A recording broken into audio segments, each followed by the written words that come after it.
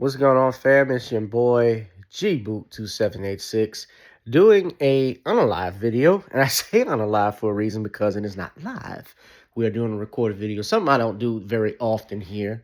And I just wanted to give my 2 cents about something that's been trending. Obviously, I don't know if you've heard, but there was the roast of Kevin Hart that was on Netflix just this past Sunday that featured a host of comedians from Jeff Ross to Pete Davidson to uh, Chelsea Handler, and Cat Williams even made a special appearance just to roast Kevin Hart. It was like a 2 hour and 30-minute roast. Cheryl Underwood, who's a famous comedian as well. Cheryl was the host of the talk.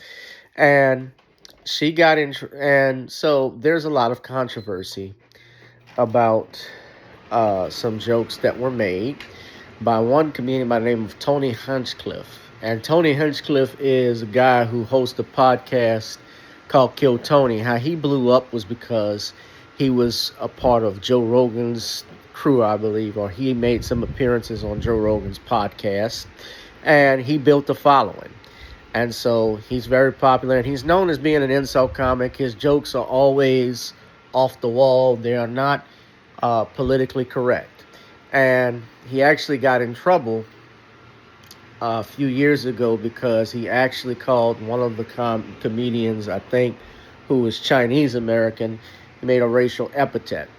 Now, in this broadcast, and I didn't watch the roast, so I normally don't like commenting on stuff I haven't seen because things can be edited, and I didn't see the whole experience, but people have been sharing and commenting on it, and not just about him, but also stuff that The Rock said, because during the roast, The Rock even participated and called Kevin Hart, I won't say the word, but let's just say it rhymes with rock hard.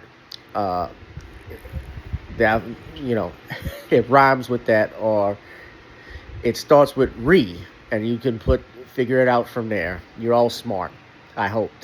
And there was controversy about that. Jokes even about at the expense of Cheryl Underwood and her husband. Cheryl Underwood's husband is deceased now and committed suicide. Now, I will say this because I'm a comedian. I've been doing comedy and for a long time, especially here in the South. And I've participated in roast battles before, and they are typically no holds barred, meaning you can say whatever you want, talk about whatever you want, and I will never be the one to tell another comedian what they can and can't say, because I wouldn't want anybody to censor me just like that. Now, of course, depending on what venue you may be at or where you might be hired, they may tell you. You may have people who are religious based. They don't want you to say and curse certain stuff before they hire you. Fine. And there are comedians who do that. There are comedians who may be only based to do stuff for elderly people or senior citizens, or people who comedians who get hired only to do stuff for LGBTQ, things of that nature, or whatever specific group, black people, white people, so forth. And so that happens. And you have a right to express yourself. I believe in the First Amendment. I believe comedians have a right to say what's on their mind and to make sure and to express themselves. It's their job to find the line and to cross it. And I'm from the era of George Carlin. George Carlin was known for pushing the envelope. This man made a whole set. He made a joke. Forget a joke. He made a whole 10-minute set mocking God, mocking the Ten Commandments. And I'm Catholic. I didn't like, and I will say this, some of the stuff he said I didn't like. I don't agree with. But I did find him to be funny. And he was funny with stuff he said. He was funny, and he was known for pushing the envelope. He was funny with the words he did. Same thing with Richard Pryor. I enjoyed, Richard Pryor to me is the GOAT. He pushed the envelope with stuff. I'm from that era. I'm from this, I didn't grow up in the 70s, of course, but I watched the TV shows because we see them all the time. The Jeffersons, All in the Family, and Sanford and Son, where you had Red Fox as Fred Sanford using N-word openly, and George Jefferson on the Jeffersons using the N word and calling white people. They both were calling white people honkies at the same time. I watched Archie Bunker call different ethnic groups by different slurs, coons and uh, Jaimes and Spicks and so forth, macro catchers. He would say stuff like that. And I'm not saying that to be racist, and I'm not saying that to offend anybody. I don't want the algorithm to think I'm doing that, but I'm making a point. But that was what he was saying. That was what they did, and this was uncensored in the 1970s. And that was because, in part, of Norman Lear as the producer pushing that stuff. Now, while I believe you have the right to be funny, that doesn't mean everybody has to laugh at everything you say. There is something called bombing. And there are some things that some people may feel that are offensive, and they may not laugh at it, or they may be tired of it. And I saw a lot of people were bothered by the reference that Kill Tony, or Tony Hinchcliffe made, the joke he made in reference to George Floyd. And the reference essentially was how, I don't want to paraphrase and say the wrong thing because I get mixed up, but he made reference basically to George Floyd's killing by the police officers, and basically implied that George Floyd was looking up at everyone, basically saying that he's in hell. Now, the family of George Floyd, obviously, they hear something like that.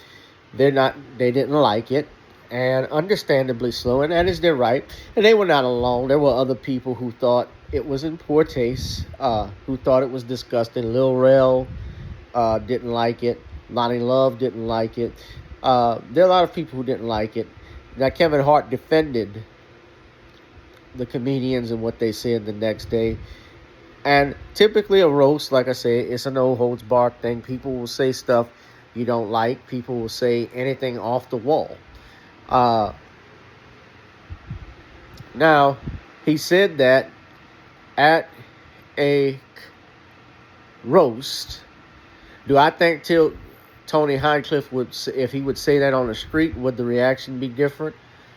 Do I think he would be bold enough to say that on the street? Let's say we're not in a comedy setting. Probably not. And he probably would get checked for that. I think he would definitely get checked for that. I would also say this is that if we get to the point where we're critiquing comedians for every little thing that we say, then the art of stand-up in and of itself is dead. It's not stand-up anymore. I've seen stuff, I've heard things that are worse. I mean, I remember Comedy Central about 20 years ago when Jimmy Kimmel told Flavor Flav, because they did a roast of Flavor Flav, and Cat Williams, he talked about how racist it was. But I remember Jimmy Kimmel telling Flavor Flav Chris Benoit was a better father than him. So I've heard, and Chris Benoit, the story is the wrestler, if you can go look it up. So do I find it offensive? The jokes were offensive. I put it to you like this. They're going to be offensive, but they better be funny if they are. That's just the thing. If it's not funny, it's bombing. So yeah, you may have a right to say what you want, but other people also have a right when you say it. They don't have to laugh either, and they may not think it's funny.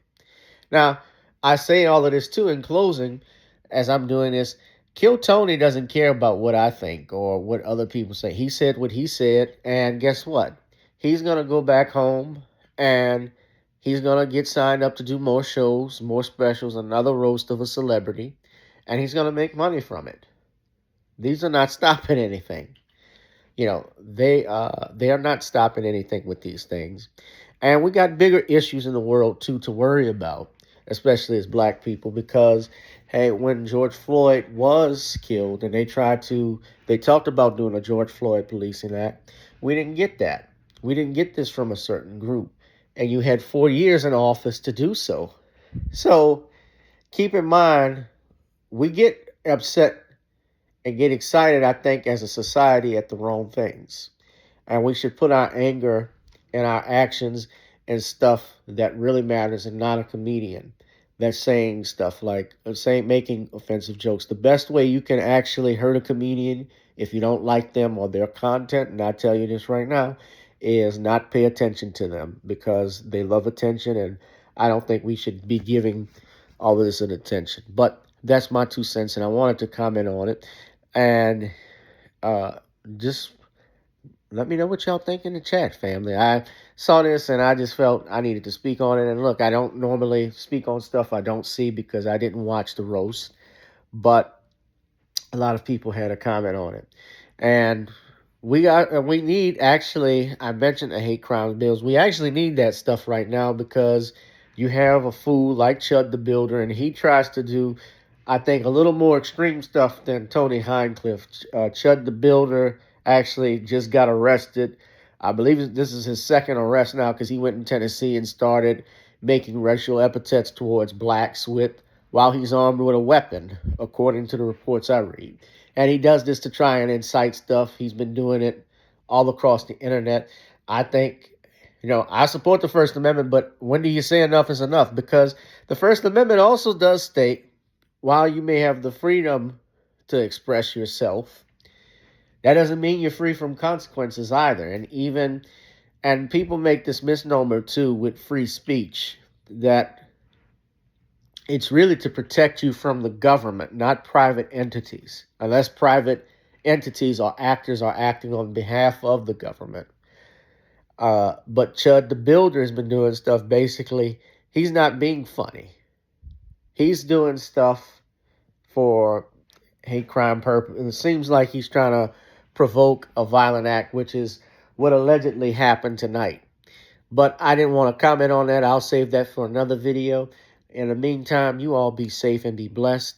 We're almost to the weekend, so enjoy, man, guys. Enjoy your Thursday. Peace out, fam.